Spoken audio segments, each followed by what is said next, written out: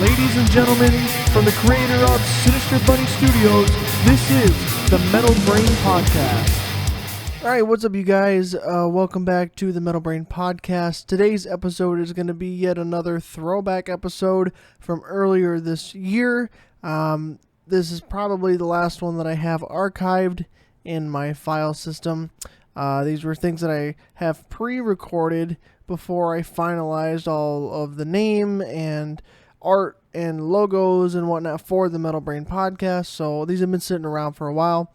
I am joined yet again by my buddy Daniel, and we discuss a whole lot of different stuff as usual, ranging from Devin Townsend and some of the questions that he has answered in his live streams that were asked by myself, yours truly, to things like, drum sampling and program drums and whatnot, seeing that Daniel is a drummer himself.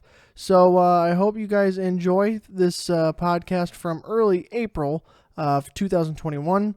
This is coming up and being published right after Thanksgiving, so I hope everybody had an awesome holiday week. And so enjoy this last archived podcast with me and my buddy Daniel. We're back. Wait, so what are you recording with now? As in, like, music or You like still using Streamlabs? for like video stuff? Yeah. Streamlabs is Just no like plugins. no. I have plugins I'm running on it. I have a plugin running on me, and I tried to put it on your audio coming through, but that made it go woo and not want to work. So I'll just use the backup audio that I have going of yours, and I'll do the plugin stuff on that. Big brain stuff. I know what you mean. So, written any nice music lately? No. Me either. Well, the stuff I got with my friends that I jam with, Noah and Ethan. We got this. I think I sent it to you. We call it Spider Song. It's like 13 minutes long or something. And I don't know. We have like a couple of tracks that I really like and want to record, but I don't know. Stuff keeps happening with every single member of the band, and we just apparently can't find the right time to just get together and record. Like, I don't know. The chemistry's been off for a while, I guess, but me and Noah at least still are doing stuff. He helped me record a Bleed by Meshuggah, that one video that I was working on. So he's still editing that because I had to get a new computer, and now I got that new laptop. So that's what you're on right now, isn't it? Yeah. Oh yeah, you get the headset instead of the. It still sounds. I could have brought it. No, it still sounds fine. It's good enough. Yeah. It's better than like the built-in. Oh yeah. Microphone on the laptop or whatever. Those are always ass. It's just like, I every once in a while I'll go back on Omegle, and play guitar and stuff, and a lot of times I'll do it to like, not necessarily to show off, but like just to play, and then the people that are like, oh, that's so cool, I'll be like, yeah, this is my YouTube channel, check it out. Like shameless self-promotion stuff. And fuck, now I've lost where I was going with that. Wow, that's sad. About recording videos or something? I don't know. No, I lost it. Damn, I hate that. I lost my train of thought. It's late. I mean, I guess. That was weird. What was I going to say?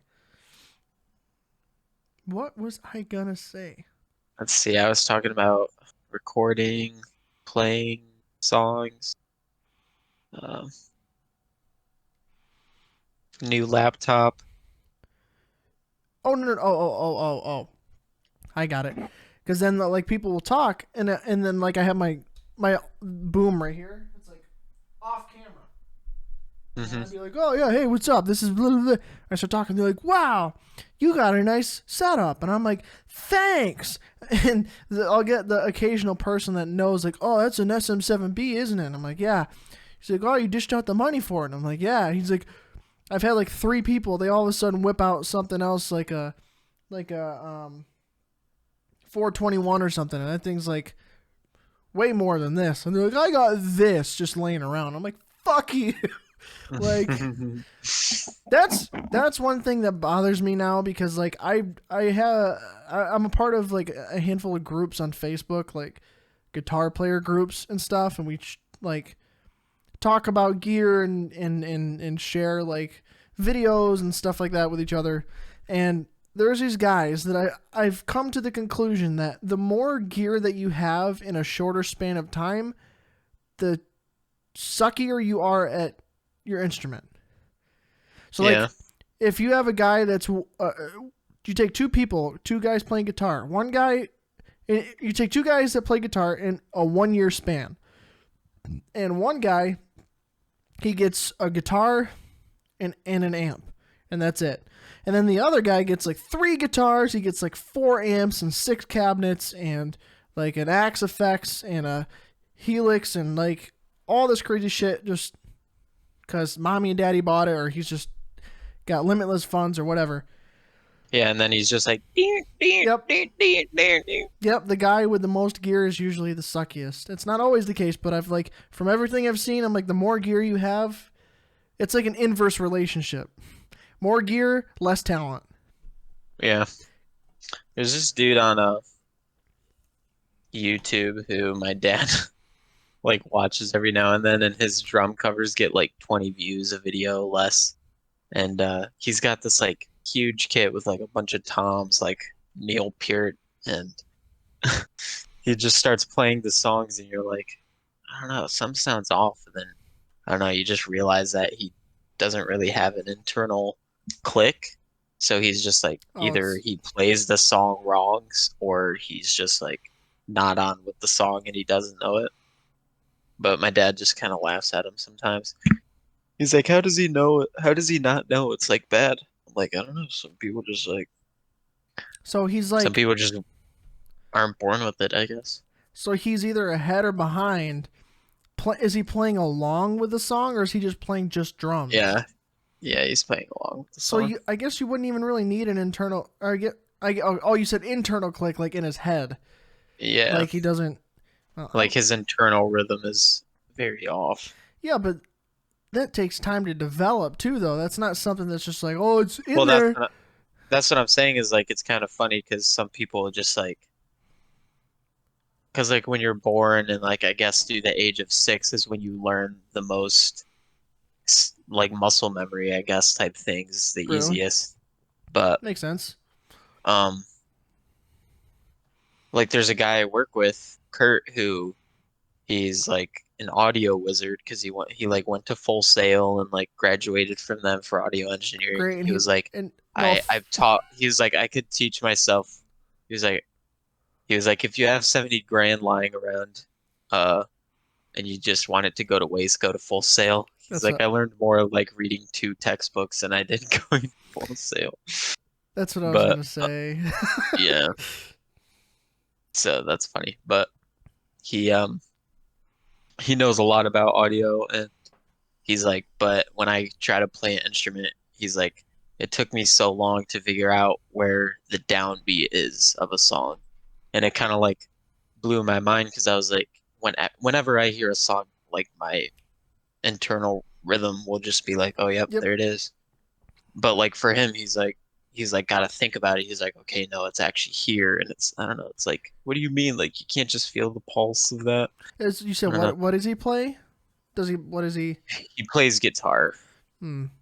It's like, I mean, I guess it depends. Like if he's listening to just like pop punk, it's pretty easy to figure out where that is. But if you're listening to like stuff that at least I listen to a lot, and I know you do a bit, like the more progressive stuff, it can be hard to get No, like. yeah. Yeah, I think he does too. He listens to a bunch of obscure stuff.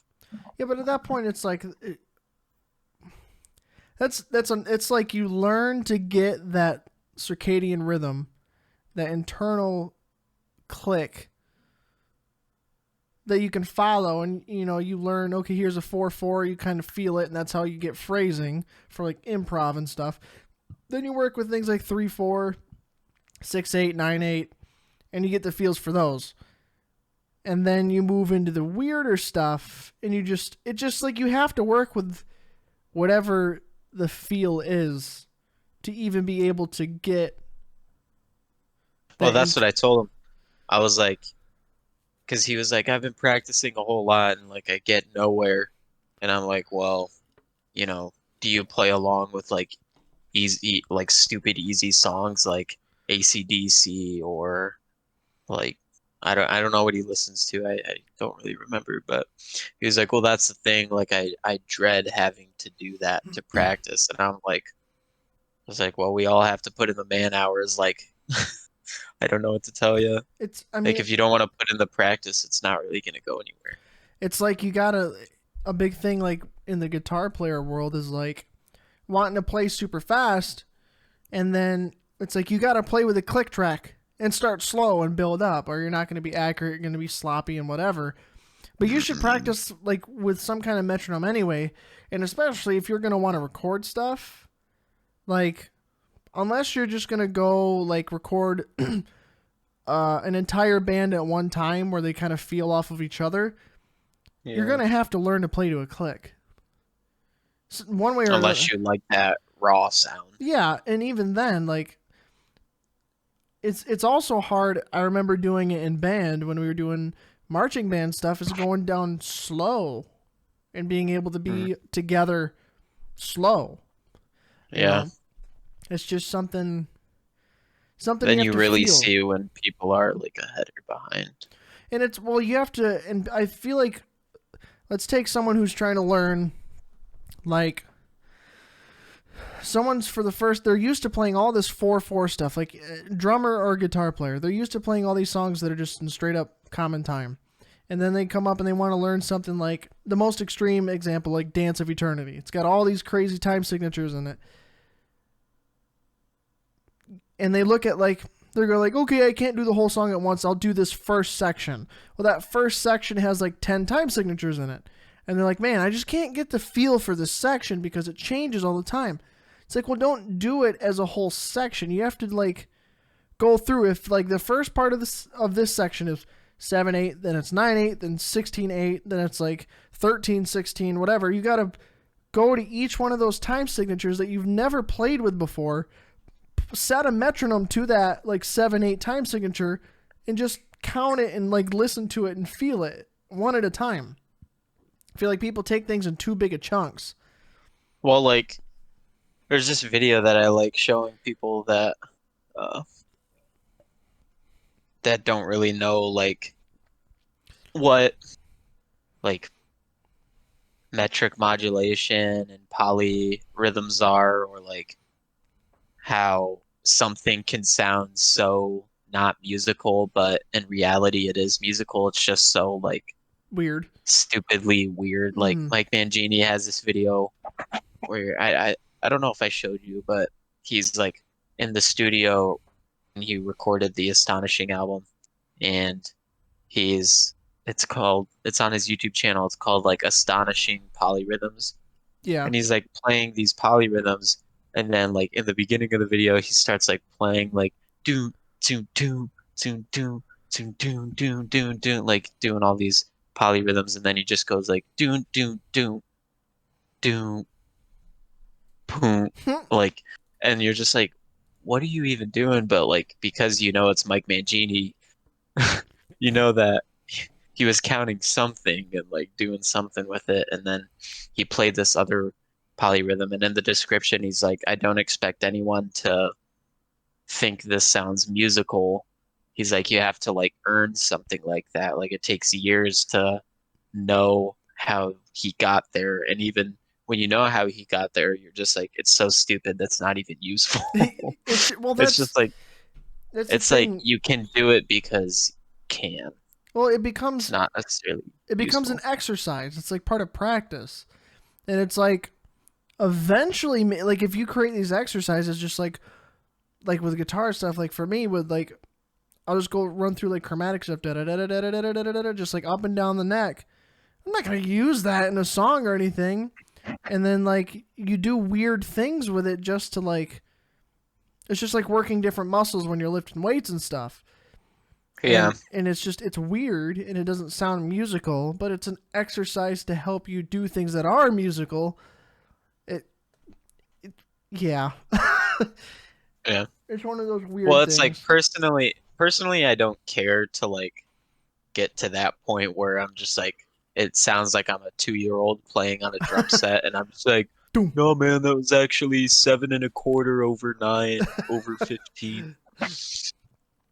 Yeah, I think you might have either I saw it or you sent it to me where he was playing like a triple polyrhythm. Like it was one hand was in 5, the other was in 9, and his foot was in 12 or something weird. Yeah, Like I know what you mean. he was doing like He three. does that all the time. It's like how do you even? But that's the thing, like it's not necessarily like knowing, well, it does have to do with music theory because have to know how to count um and space them out correctly, but like he's just like probably one of the best at like splitting his ligaments up and just doing different things Well, it takes without really practice. thinking about it. I know, but it's like I don't know. It's inhuman with him. He'll be like, I'll do 13 on this hand, and then I'll do a 5 pattern on this hand, and then a 7 pattern on my left foot, and Well, then he'll just do it. it's just like those people like nowadays that it's getting more popular with guitar is like 8 finger tapping stuff for everyone. They're doing this. It's like they're playing Yeah. like the bass line down here and then all the higher melody stuff with their other hand. It's like the brain Hmm. power it takes to do that is just on a whole other level. But it's also, I bet if I went and dedicated all my time now to like learning 8 finger tapping and nothing else, I could get somewhere with it. It just takes, you got to put in the time. Hmm. But Well, it's it's not necessarily like more brain power. It's just like using your brain in a different way, yeah. I guess. Yeah. I mean, it's just, do you ever, you know, since we're talking about like the internal clock, like the Yeah. internal click, how, like if I asked you right now to explain to me how you count playing in 7, how would you, like 7/8, how do you count that in your head? How do you feel that? I do. In my head, I'm always counting. Well, I guess without counting, the feel is da da da da da da da da da da da da da da da da da, and I'm counting 1 2 3 4 5 6 7 1 2 3 4 5 6 7, like half of 7. That's how I feel now. So you're actually counting from 1 to 7 to count out the 7 Yeah, 8. See, because I like know some people like splitting it like 1 2 3 4 1 2 3 1 2 3 4 1 2 3. yeah, that's I usually do that kind of stuff when it's like 13 16. Like it's I do Mm-hmm. that more with that, but like with 7 8, the way I count it is a little bit different. It's just 1 2 3 4 1 2 3 dot dot dot dot dot Mm-hmm. dot. That's like I don't go 1 2 3 4 5 6 7 1 2 3 4 5 6 7 1. I just 1 2 3 4 1, and then if you Yeah, do like 9 8, you know it's 1 2 3 4 5 1 2 dot dot dot dot. You know like yeah. it's like a half a count. That's how my brain wires that kind of shit. I just feel like Yeah. it's too much to sit there and think to yourself like if you're playing in 70, unless it's just straight up following that, like the rhythm is like it's not always like that. Yeah, I know what you mean. So it's like that's how I feel like if I'm trying to do something in it, especially if I write something in 7/8 and try to solo over it in 7/8, that's how it's felt. I don't sit there and go 1 2 3 4 5 6 7 and start going off like I that. also I also like counting stuff in how I feel it, not necessarily how it's like actually written. Like if something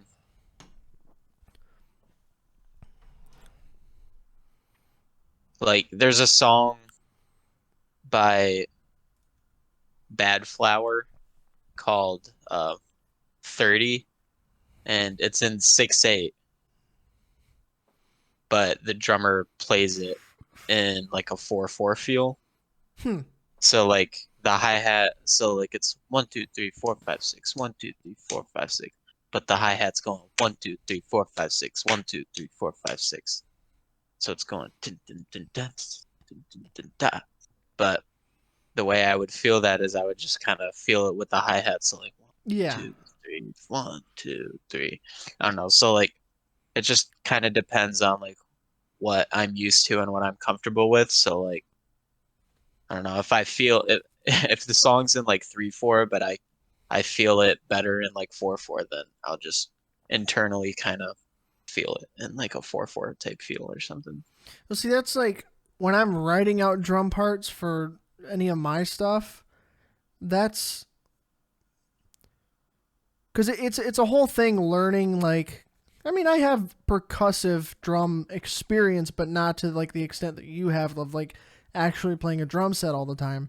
It's different trying to think about how things would work when you're programming drums, and there's always a constant thing that I always have to try to remember is like there needs to be some kind of pulse beat on at least one drum unless you get weird. So like if if I'm playing some weird syncopated rhythm, I'm not going to sit there and have the kick and snare constantly like on the on beat just to keep it going. Like sometimes you want the kick and snare to be with the rhythm in that syncopated weird stuff because it has more impact. But if I'm doing that with the kick and snare, then on like the hi-hat or the china or splash or whatever I'm doing, it's going to keep that solid pulse going so that you can feel that weirdness. Because if you just keep it like some weird rhythm and you only play to that weird rhythm, it just sounds obscure. And if that's what you're going for, then sure. But if you want it to groove because it's weird, you got to have some kind of pulse going. And sometimes that flips. Sometimes it's the kick doing that and one of the cymbals is doing the weird thing. But it's like, Yeah. I don't know. Maybe that's not always the case. That's just kind of how I've adapted to writing stuff out from what I hear, but Yeah, I like to keep like whenever I hear like a riff or someone plays something, even if it's in a weird time signature, like if I can find a cool way to have like a 4/4 type groove over it, even if like the kick and the snare are hitting on weird uh beats, if I can find a way to like keep my right hand in like a 4/4 groove, I think that's what I like to write, how I like to write it, because I don't know. I personally just like to find grooves in almost everything I hear, so well then I then just like that writing that. that gets into the world of like the metric modulation a little bit too. Once you start doing that, Yeah. because if like you're playing something like I know we one of the things that we were playing, you probably remember is like the guitar part that I had is a 9/8, but you were keeping up a 4/4 count on the drums for that, and so it would do that flip flop from the on to the off beat Yeah. into the on into the off beat, which is cool. So I hear you on that. Like I like doing that hmm shit too. It's fun. Yeah. Noah and Ethan, we got this song called, well, I don't know what we call it. I think we just call it a D jam because it's in D, I guess. But it's Drop or standard or just key. like the key of Oh, D, yeah. Um so it's in so they're playing in a 5/8 rhythm, but I'm keeping the beat with 4/4, so it's like 1 2 3 4 5 1 2 3 4 5 1 2 3 4 5 1 2 3 4 5, but it's going bum bum bum bum bum bum bum bum bum bum bum bum bum bum bum. So we do stuff like that, and then I'll like put it into halftime and speed it up. Um, Th- but that's I okay. think that's like what I that's like almost like a disco fusion type thing is to do stuff like that.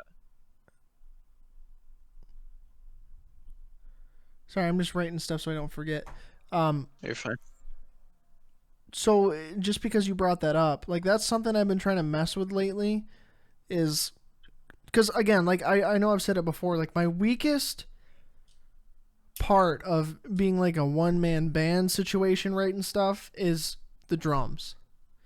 Like I can program the velocities and stuff. Like I can get those to make sense because I can imagine how you'd play it. Because nobody plays a consistent hi hat like like the same like a robot. You know. You know. Unless it's triggered Yeah, or unless it's something. triggered. But ugh. um, but it's switching down to like halftime. Like how if you're playing something that is just a regular groove going and you want to the only thing that changes is the drums just to add flavor and the drums shift from whatever groove it is to a halftime version of that. How do you go about doing that? Um, I don't know. It depends. Like, I think I meant to say cut time, but uh, even going from cut time to halftime, I think I just like I have this like default fill that I'll do like right before going into like a breakdown halftime feel, and I like to kind of have like a stutter into it. Like I'll do like to me a triplet feel going into a halftime section or a triplet fill going into a halftime section sounds the best. So like blah, blah, dun, dun, dun, dun, dun, dun, dun, or something to that nature, and either that or I'll go like blah, boom boom boom boom tsh, something like that with the kick. So I'm not, or I'll just like go straight into it. There's no like specific way you have to do it. Um, Sometimes like I know you struggle with like finding ways to get into different sections with like drum fills, but Yeah. sometimes sometimes it's whatever you hear in your head, or you can even like honestly, like no one's gonna get mad at you if you hear like a fill in a song and you're just like, oh hey, that would fit pretty cool. Like, you can use that. There's only so many you can Sometimes make. that's cool. Yeah. But no, you don't have to do like this like cool drum bridge into a halftime section unless you think of something cool and it sounds good. Yeah, that that's usually like when I'm writing a drum part for something. The fills are like usually the last thing that I go back and do. I'll write out the sections so that I have like the bare bones of what I want them to do, and I'll go back and move things around if I think I need to. Like, all the snare should be on the ends of the three and whatever, and then I'll add in the fills where I think they're needed. But that is, yeah, I struggle with that a lot because I feel You like what it's just a good with the go progressive ahead, stuff. sorry. With the progressive stuff, it's just like it feels too jarring sometimes. Just shift without like a good fill. It's just like I think I get to a lot of times what I end up doing is I only do a fill in the last beat of a measure as opposed to like the last measure being a whole fill, Mm. so it just seems like too quick. I was gonna say a good exercise is like no matter what time signature you're in, we'll just use 4/4. If you have a 4/4 section and you're like, I need to come up with a fill for this, uh, literally just have the tempo come up with a random rhythm in your head for a 4/4 measure, and then just apply that on the drums. Well, see, So like, that's where the problem comes to. are you like picky with your rhythms? It's not that I'm picky. It's just like that whole thing that you have, like even learning guitar, like where at this point, like I can do this fairly well, where like I hear something in my head and I can translate that onto the guitar. It's the same kind of thing. Like I hear something in my head, but when I go to try to write it out, it just doesn't even become what I think. Like the rhythm is Oh, there, because you but like like the you're saying drum pick is not. Like it it's like because you what don't have drums? that like predetermined knowledge of like what sound would equate to what drum on the kit. Yeah, because like I said, the actual rhythm that's easy, but it's like the drum stuff, and like I'm having to look up like drum One second, videos. one second. Anyway, guys, check out Sinister Bunny Studios. Shameless plug. while he's doing that. I don't know when this is coming out, but go check out Sinister Bunny Studios, guys. I got lots of cool stuff. Instagram, Facebook, YouTube, music, all that. It's good stuff. Alrighty. But it's like I've had to start watching drum videos on, like, drum tutorials just so that I can program stuff the right way. Because, like, I know there's fills that I know from you where it's like, it's just it's like thinking about being in the drum set that's the hard part, because a lot of times I don't know what to do with all the different drums. Like, I can hear this, like, I can hear a fill and then not know how to make that fill appear, because I'm like, well, okay, does the kick need to follow with the toms, or is, like, does the kick only need to follow the quarter, and then the toms do the triplets or the 16ths or whatever they're doing, and, like, is that too much tom? Should I add in a snare there? Or is it like the weird pattern that I know you do where it's like kick, kick, tom, tom, kick, kick, tom, tom. Like, it's just... So most of the time when you write a fill, unless you really want to, you really only have to, or unless you're like really accenting a beat, you really only have to add a kick like in between drums. So you don't ever really have to. I used to do it where, like, if I was playing like a fill on the toms back in my punk days when it was just kind of like the kick would just go 1, 2, 3, 4. Right.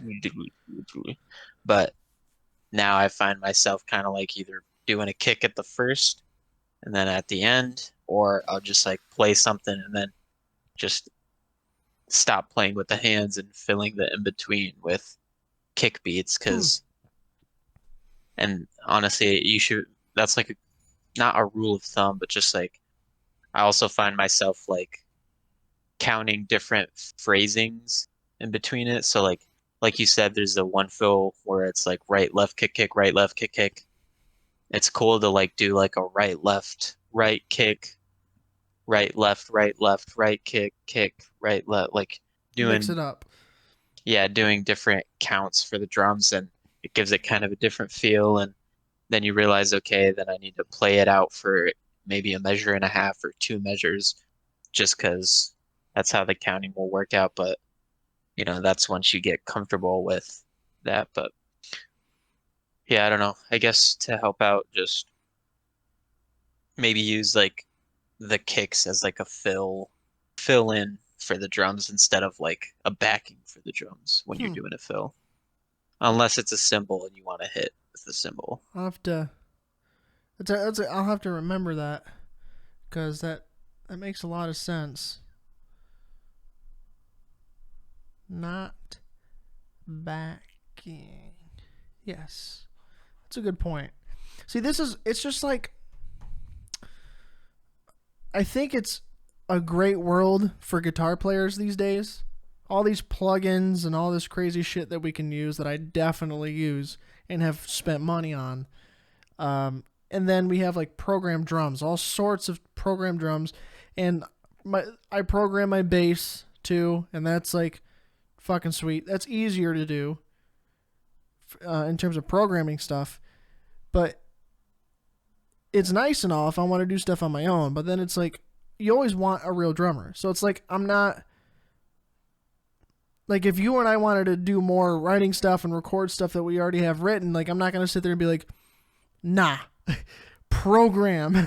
It's like, I'd prefer to have the actual drummer. It's just convenient to have the program stuff for when I'm at home, because I can get stuff out and not have to wait on, like, you to have time to do it, or tweaking, sending stuff back and forth constantly because this wasn't right or this fill wasn't right, or... that whole spiel. Yeah. That's the thing. Like, I think the only case where someone would prefer programmed drums over like a real drummer would probably be like if that person was just not good enough where the person wanted to be, and they were just like, I can do this quicker with programmed drums. Right. And I know there's bands that will... I know, like, even Dream Theater, like, I've seen a lot of stuff with uh, John Petrucci talking about it, where he'll, you know, him and other people, where when he's writing out a guitar part or something, he'll program drums with it and then send it over to be like, this is just, That's like a idea. yeah. And so, but it's the thing. The thing that bothers me too, though, with the whole drumming thing is that in the instance, like right now, if you and I were like, while we're doing this, let's record a song right now. Let's write a song and then try to record it. And then, you know, you do whatever you do because you got your e-kit. It's like, do you send over your just straight output audio of your kit, or do you send over MIDI? And then at that point, do I use the MIDI just to put it into the program stuff that I have, even though it's still you playing, but it's not your actual drums? Or do I have to deal with non-mixed, like not being able to mix your drums because you send output just audio? You know what I mean? Because it's like your stuff is already pre-mixed for your kit. Yeah. So it's not the same. Like I even, with the program drums that I have them routed out individually, and I mixed the entire kit as if it was a real one. The kick has its own stuff, the snare has its own stuff, overheads, rooms, all that stuff. I mean, the sounds that come on the Roland, I guess just because it's a Roland and it's really expensive, like they are like genuine like drum sounds that were recorded in the studio. I mean, they were tweaked and stuff. They always are, but are they raw or are they actually like mixed so that they sound mixed when you're playing them? no, they're mixed. Yeah.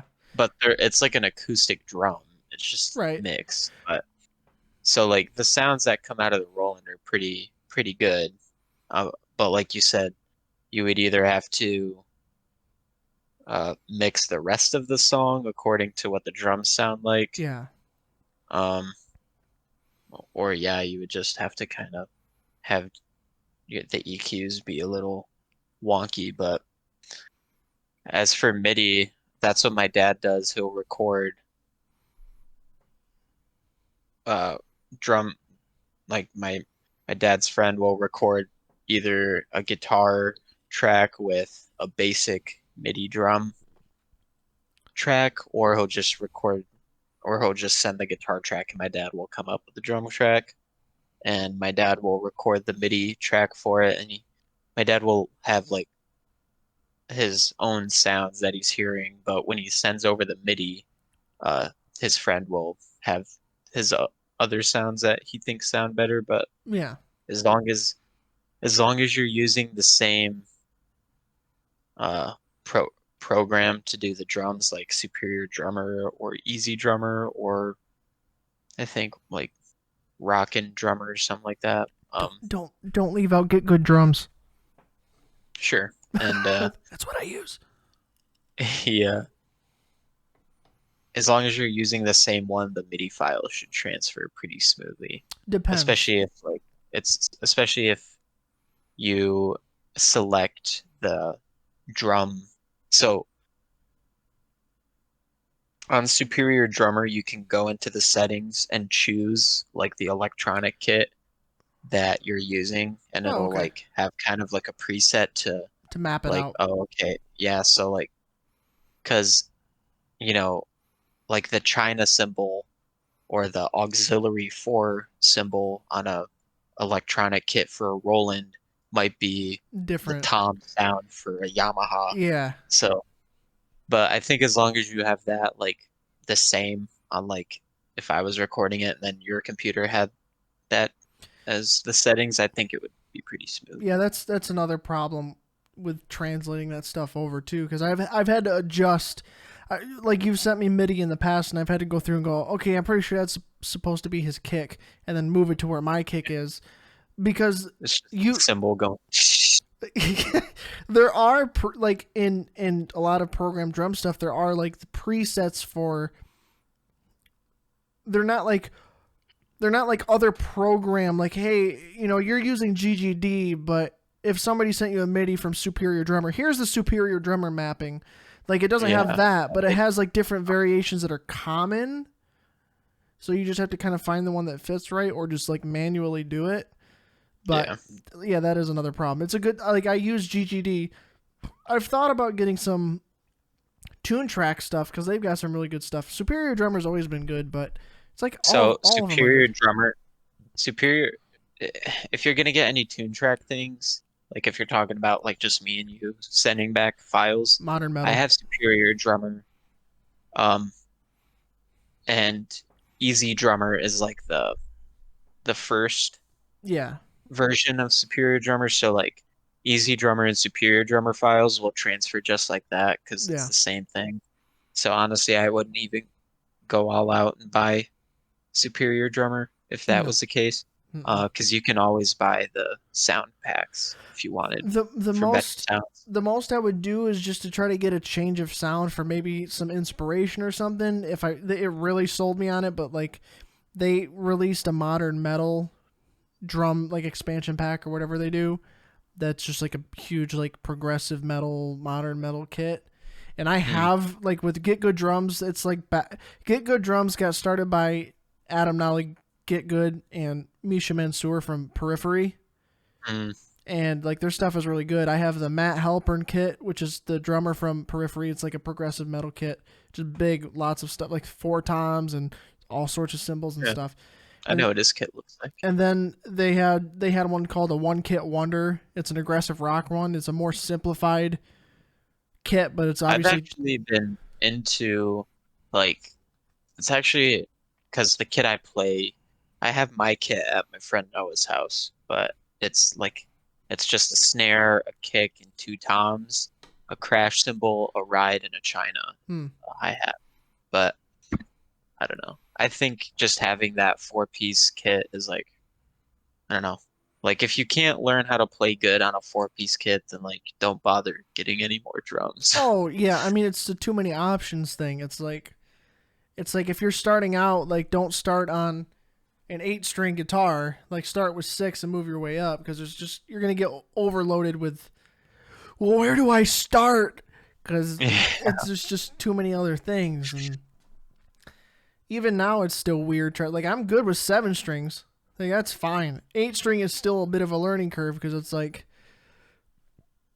it just is like all your chord structures and scale structures and stuff kind of change because it's like you base everything a lot of times on the lowest string and it changes. It's like Rubik's cubes. It's like you got a 3x3 and then you got a 4x4. Yeah. And the 3x3 is easy and the 4x4 is kind of solved the same, but it's got different ways to go around it. And see, like here, let me see. I wonder if I can get this going. I have a I'm not gonna get hit with anything because it's one of my own songs. So fuck you, copyright. Unless I release it before this comes out, and then maybe I will. But I just get sued by myself. yeah. Let's see. Okay, got that there. So I'm gonna play some. Oh wait, no, that's not what I wanted. I'm gonna play something because this is more. It's a very short piece of music because I just have it. I just wrote a short little like 2-phrase thing that I'm doing this mixing stuff with just to get a template going so that I get a good mix with this, clear all the audio stuff out, save it as a template so that when I want to write another song, I come into it, it's already like somewhat finished. I just have to tweak stuff as per the song. That way it's quicker and easier, if that makes sense. Let me see. Where did I call it again? What did I call it again? Daniel, what did I call it? In my Dropbox folder of all my music. Mandela Effect. That's right. Okay. I don't know how it's going to sound in your headphones because your headphones are probably really bassy.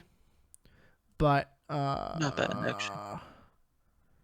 Let's see. I'm going to switch my. You're not going to hear me talking, but you might be able to hear my thing. So listen up.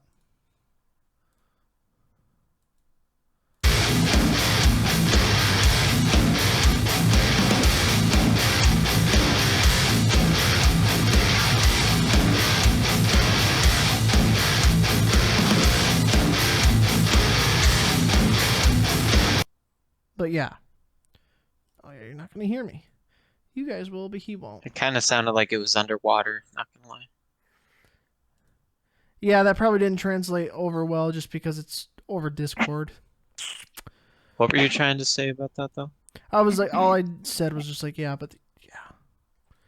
Oh no, you see my thing up there on the screen. Oh no. Get out of here. Yeah, I kind of had a fear it was going to do that just because it's like streaming audio to you instead of just playing it. Okay. But, yeah. Mixing is hard. Yeah, it's definitely not easy. Um, so what kind of video games you been playing lately? I mean, since Christmas, like Kaylee got me a Switch. So I've been playing a lot of stuff on Switch. And, like, I've been playing this, Goldie, Stubbs the Zombie, Oh, okay. because Robert and I played that growing up, and it's a really rare game, actually. So if you ever find a disc somewhere, buy it, because it's like hard to find. And we had it on our original Xbox, and you basically play as this zombie in like this 1950s world that has some robots and stuff in it. So it's like a 1950s futuristic style thing, but you're a zombie businessman guy that you go up and eat people's brains. You can take out one of your kidney or something and throw it like a grenade. You can fart to stun people and it pushes out a big cloud. You can rip off your hand and throw it on someone's head and like mind control them. And you can like take your head off and roll it like a bowling ball into people. So it's like if Destroy All Humans was zombies or something. Kind of, yeah. And speaking of, Robert sent me a video today that just the first Destroy All Humans is going to be coming to Switch on my birthday. Mm-hmm. I was like, they did it just for me. I love Destroy All Humans. Yeah, I remember watching my cousins play that. You Fun never game. played it? No, not personally. Were you not allowed to play it, or you just didn't find it interesting? Dominic played it. I don't know. I just was never the one to be like, oh, I want to play this video game next. I want to play this video game next. Which kind of sucks because I wish I did a little bit more. But Well, the second Destroy All Humans was the best one because it was 2-player. So Robert and I played it. The only thing that sucked was like it's kind of an open world ish game. Yeah. Like, you have different cities. They're like big maps, but you couldn't go super far away from each other. yeah, Like if you got too far, it would pull you guys back together, Hmm. and it was still split screen. So that kind That's of weird. Well, I think it's just a limitation of like the consoles back then, like the PlayStation Yeah, 2 probably and all that. the textures that weren't loading, Yeah. like the render distance or whatever. Oh, it was so fun though. I've been playing a lot of. I I got PGA 2K21, playing a lot of golf. Oh God, I'm losing you, buddy. I'm losing you. And then I've been playing a lot of Rocket League too, and some Siege. Siege. Siege is pretty fun. I played Rocket League a couple times. It's like, it's fun for like 30 minutes, and then I get bored with it. Yeah. It's just like, You have to be like pretty decently good to have any fun with it. oh, And then it takes a while to get good anyways. geez, just tell me I'm ugly while you're at it. Well, no, it's hard. It's a hard game. Oh, it is. Really. That's like,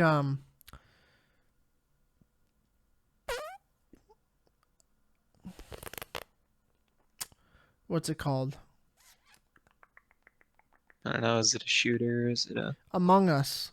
I played that for a Oh. little bit with a bunch of people because it's fun when you have more people. Mhm. It's hard. You got to be like tricky and stuff. I don't know if you've ever played it, but I've watched people play it. oh no, that's what it was. Fucking Fall Guys. Mm. I rage quit that game more times than any game I've played in my life. Because there's assholes that like there's trolls and I hate that in that kind of game. That just purposefully like fuck you over. Yes. Just because they know they're not going to get first, so you can't get No, they just do it because they think it's funny. They go into the game knowing they're gonna fuck with people, and they get off knowing that they screwed somebody over. Like that's their goal in the game. It's not even to win. It's just to fuck with other people, make sure they don't win. And I hate Yeah, that. exactly. Like, I get it. It's like, oh, it's just a game. People are gonna, yeah, but it's like, there's also a bit of like respect when it comes to playing games, and it's like you're just being that person. You just ruin the game for people. I don't know. Maybe I'm being a little bitch baby, but I'm not the only one. Yeah, I get that, but also it's my fucking life. Yeah, don't you fucking know it? Fall Guys is everything I do. It's my only thing in life. It's everything I've ever wanted. Ooh, I got something cool. So like, I get a lot of companies that want to send me stuff, and like I used to do reviews and stuff a lot of the times, and now I don't anymore because it's not worth it. And a lot of times I just go, oh, hey, look, another email. Trash. But I've gotten a couple cool things. Like this company sent me this $400 or $500, like it's like a giant battery basically. It's a think of like a generator. And I was going to keep it for that sake, like as a generator in case the power goes out. It's a big battery thing. You can plug in. It's got USB ports. It's got actual outlets in it. It's just a big battery. You could take it to work, like if you're a construction worker, and use power tools with it and whatever.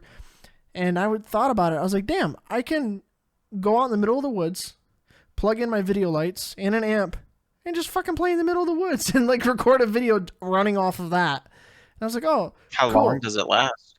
I don't know. It's like 150,000 milliamp hours. It's like it could probably charge your phone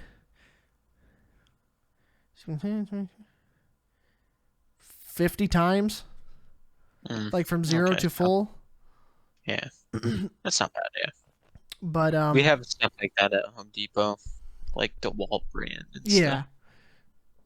Yeah, but like I had somebody for like everything I always got sent was like, hey, we got a microphone. Hey, we got a USB microphone. Hey, we got another USB microphone. Or hey, we got a USB microphone kit that comes with a boom arm and all this other stuff. Someone finally the other day sent me something more guitar related, and I was like, fuck yeah. I got this email and it was like, hey, Virgil, I found your YouTube channel and I think the stuff you do is really sweet. I represent this, I can't remember their name, this company, bleh. And, we make, what IRs are? Impulse responses. Yeah. So it's like, for people who don't know, it's like with guitar plugins that simulate an amp in a cabinet, the IR impulse is basically like simulating the signal path of a microphone picking up a cabinet. So it's like the cabinet section of whatever plugin you're using. And that can determine your tone more so than an amp. And he was like, hey, I represent this company and I like your stuff and I think you'd really enjoy this. We just came out with this new IR pack and I figured you would enjoy it. So here you go. Enjoy. And he sent it in the email, like the actual product. He didn't wait for me to say, yeah, sure, I'll check it out. He's just like, here. He didn't ask for anything in return. He was just like, here you go. Free stuff. I'm sure he's hoping I do something with it. But, like, yeah, it was cool. I was like, finally something, like, guitar related that I can be like, huh, okay, cool. Good on you. And they sound sweet. I was going to say, did you like it? Yeah, they're really good. I'm gonna that little bit that I was trying to show you is I'm using their impulse responses on the guitar stuff for that.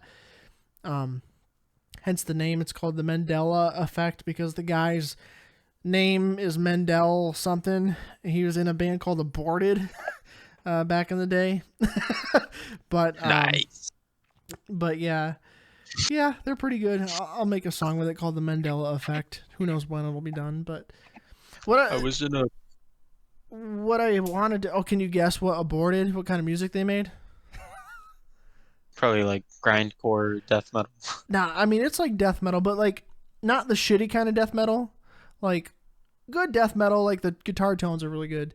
kind of death metal. Like symphonic death metal or technical death metal, you mean? Just look them up. You'll know what I mean. You'll know. But the other thing I was gonna ask though, since you were talking about it, like, because you're talking about the other people playing in 5/8 and you keeping a 4/4 beat, like what kind of music do you guys even write? Is it still progressive stuff? Like, what do you guys Yeah, it's like a progressive rock type thing, kind of. like a It's like a Rush? Genesis. Oh, It's like Genesis. like a Genesis or Rush type thing. Oh, Phil Collins. So you're the Phil That's me. Collins? Yeah, Do do do I do just do. don't think. I don't. Dude, he's got some cool stuff on Genesis albums, though. Not I gonna lie. prefer him in Genesis than on his own. Oh yeah, definitely. Oh yeah. That's yeah. That's neither here nor there. But you heard it here.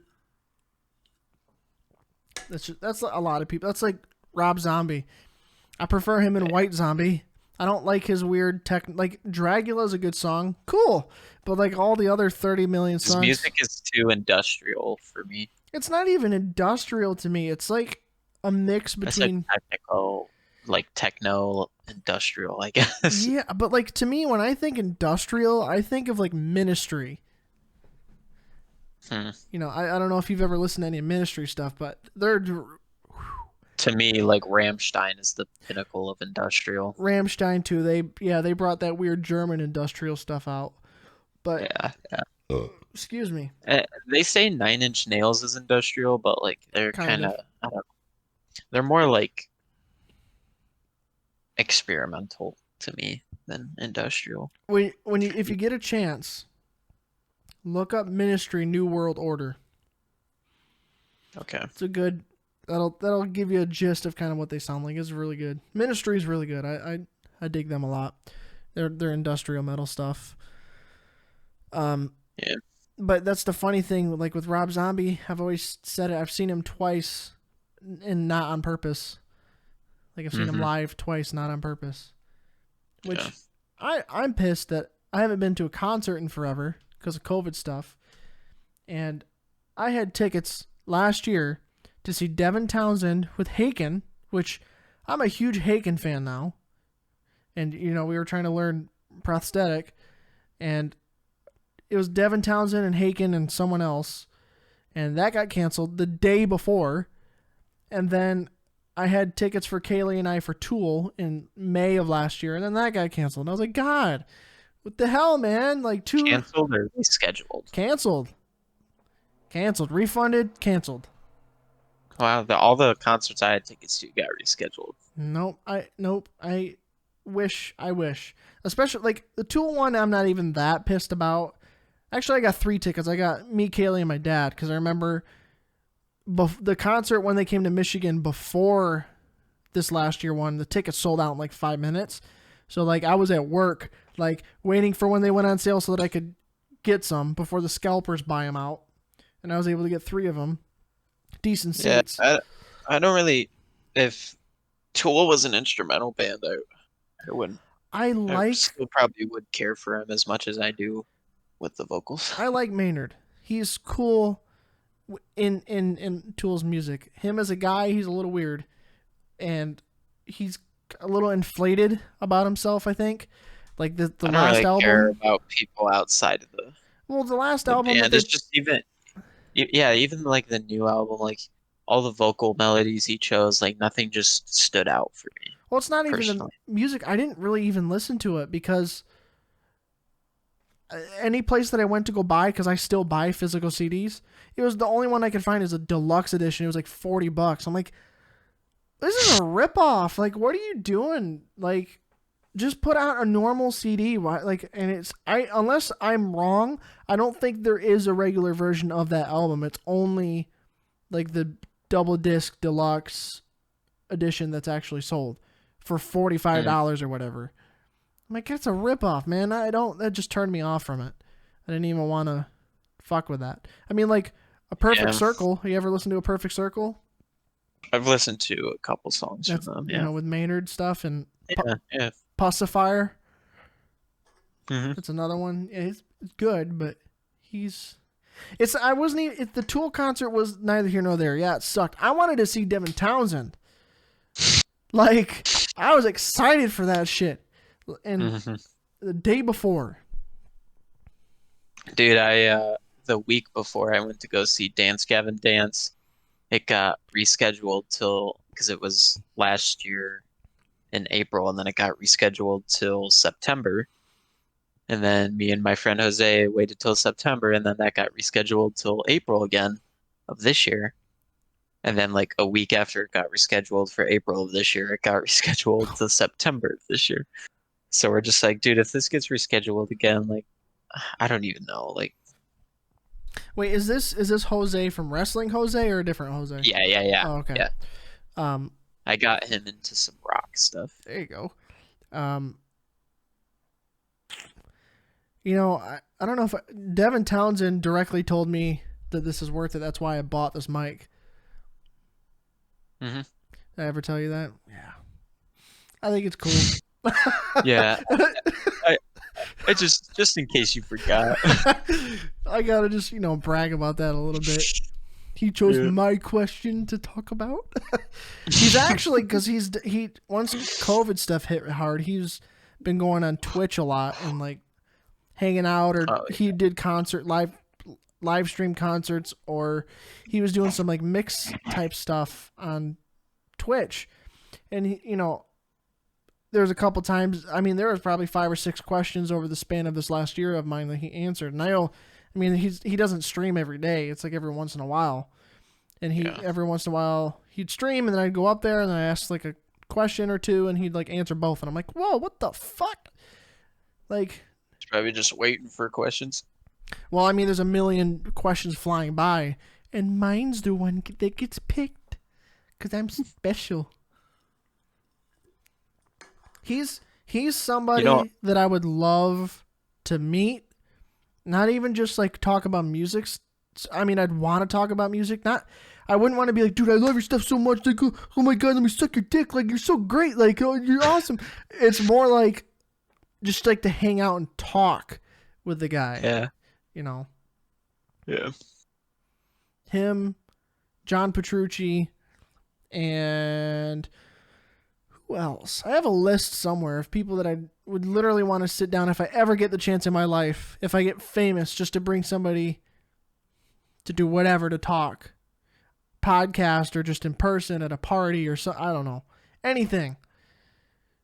He's top of the list for sure. I never really think about stuff like that. I don't really have someone that I idolize like that, where it's like, oh, dude, if I met them, like, I don't know. It's not that I'd be starstruck. I've met pretty famous people No, before. I know what you mean. They're just like people you want to hang out with. Like, I don't really put thought into stuff like that for some reason. I feel like a lot of the stuff that I see where people say, oh my god, I met you, and let me read these 10 really generic questions that everybody has asked you a million times before already, just so I can get content for my stuff. Yeah, Like, exactly. I hate that. Like, I just want to have like a conversation and just talk about what, because Devin, he's funny. He doesn't give a shit.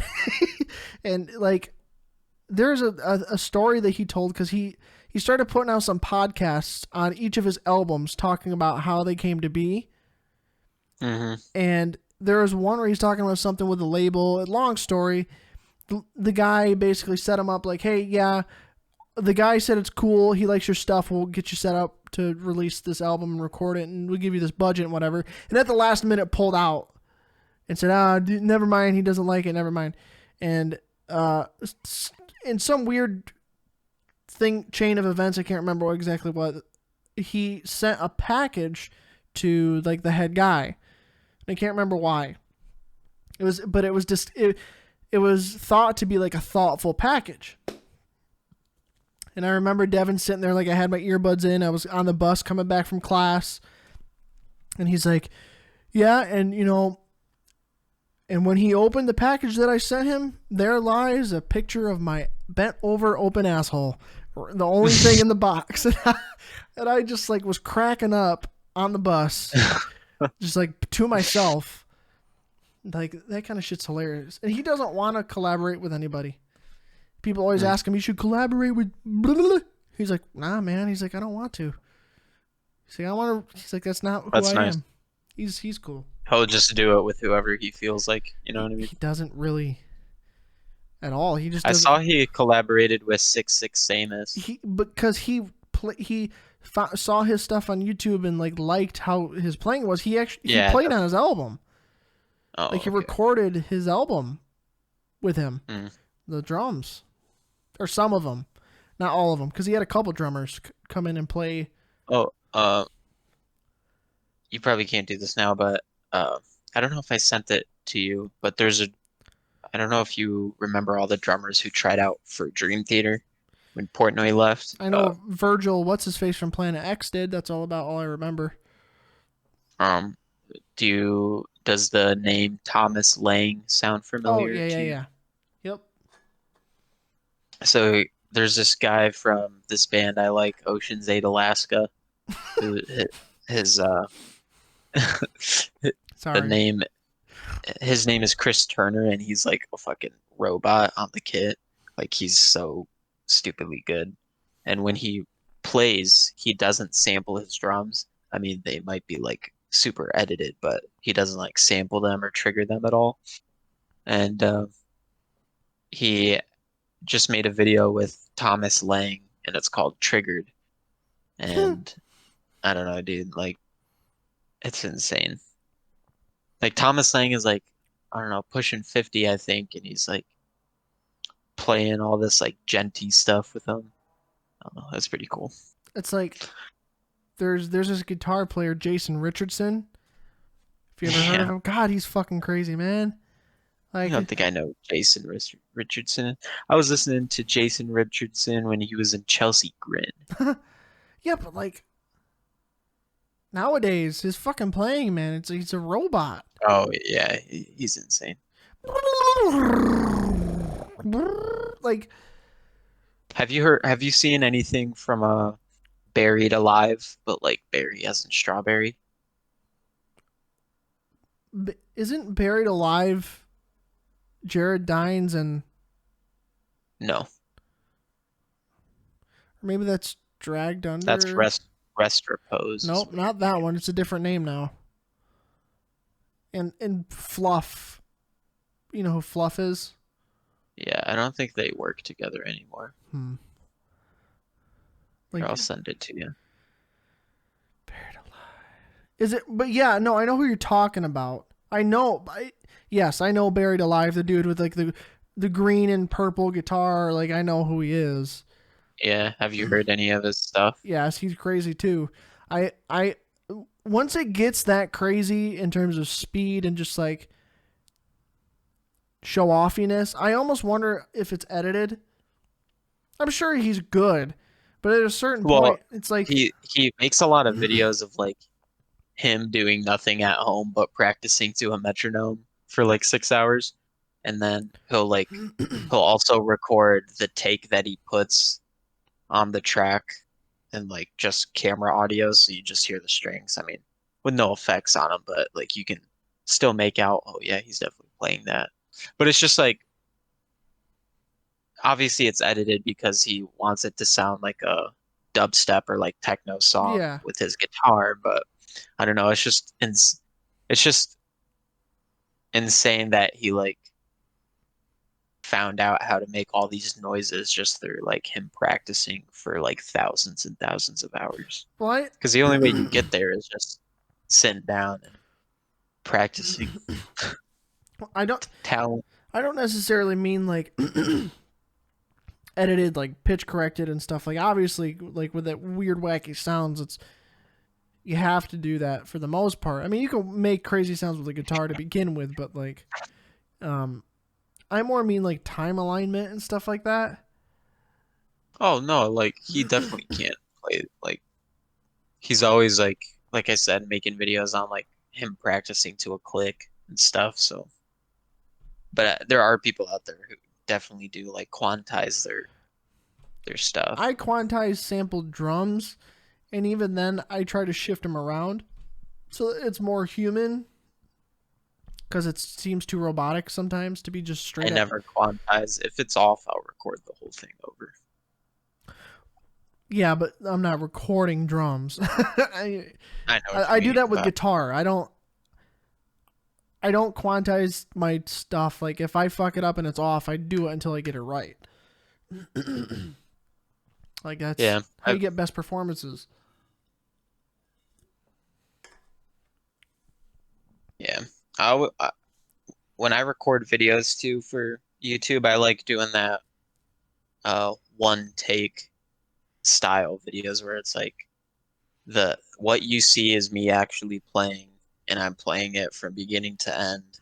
And so if I have to do like 40 takes until I like, because in my head I'll be like, I should add a stick trick here. Like if it doesn't look good, I'll be like, oh, screw it, I'll just re-record the whole thing, which is kind of annoying and it takes a while, but it's a lot less editing I would have to do and it's more genuine in my opinion. So I like doing that. See, that's like I get that, and like if I made videos of just like guitar playthroughs, then that's what I would do. But because my stuff is more music video esque, that's why I Yeah, do all those shots and put more work on myself. If I just sat there and like I recorded a cover and just sat in one shot with my guitar, nobody would watch it. yeah, Like you got to keep people, and then you start getting into the psychology of it all. Like you got to at least change scenes every like 3 seconds to keep people hooked, because there's like a weird threshold at 3 seconds where it's like 3 seconds or 2 seconds or something, where it's like here's one scene, then 3 seconds later it's a different one. Your brain automatically goes, ooh, something new, ooh, something new, ooh, something new, and it just keeps you like sucked in. And if it's longer than that, you can get bored and click away. yeah. So it's a weird, I don't know. You got to keep the pace, and sometimes I try to pace it with a song, so that it just, yeah. There's a whole art to it. hmm Yep. It's so funny though. So like we were talking about like what kind of music like me and my buddies make, because like I like playing drums. Recently, I like playing drums to stuff like Genesis and more like a fusion, like progressive bass to it. But like I'm constantly just listening to like heavy like core metal like breakdowns like all the time. No. Yeah, I don't know why, but it's like it's like hip hop heads and people who just like listen to hip hop beats or songs, whether it be for the rhythm of the lyrics or just feeling the beat of the instrumental. I think it's like the same thing, like just hearing a riff that gets your head banging, or like even if it's just a vocal that's just a weird obscure noise like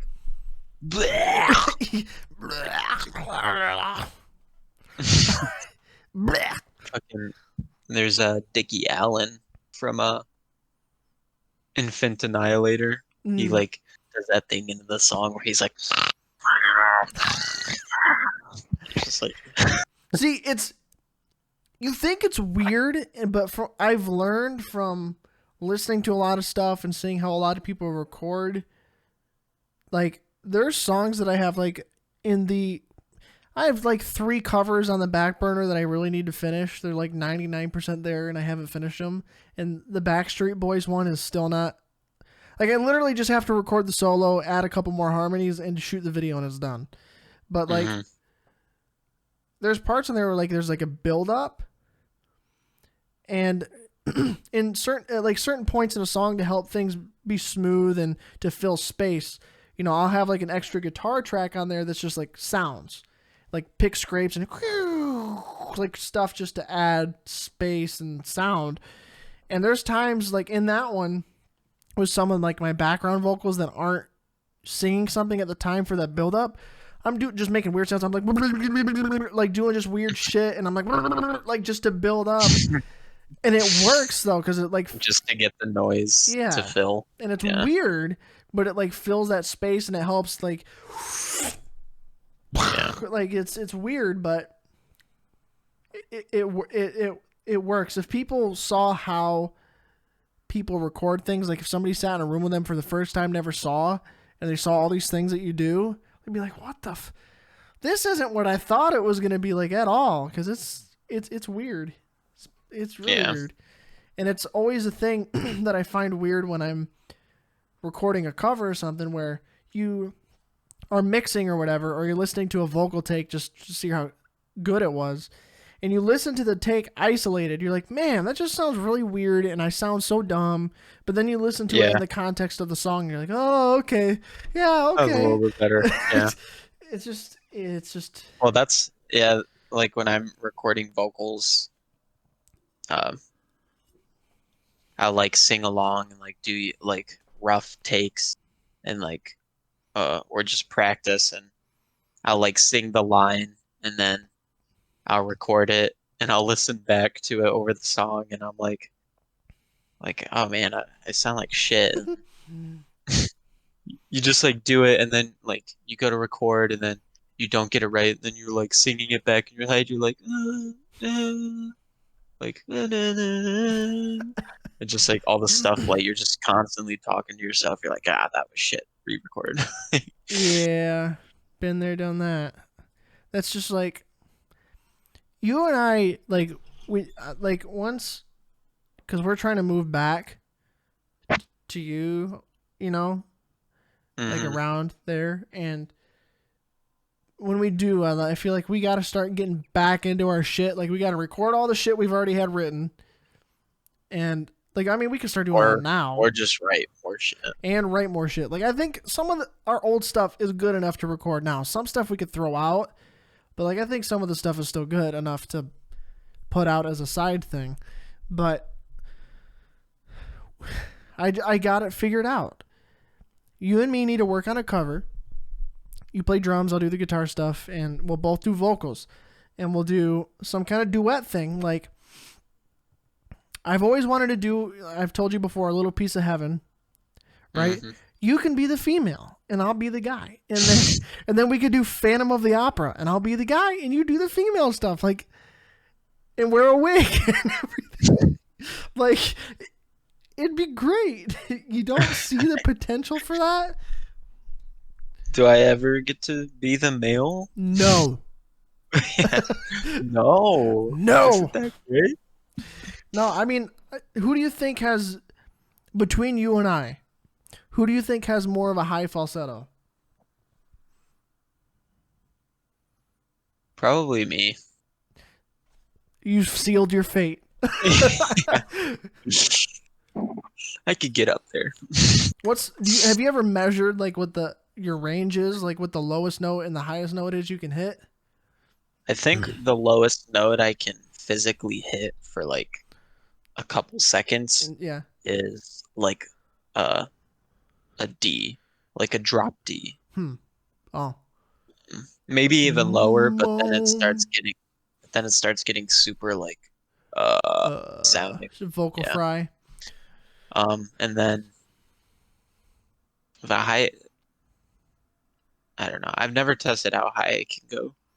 You should try It and has to be like I don't know, it has to be probably like around a,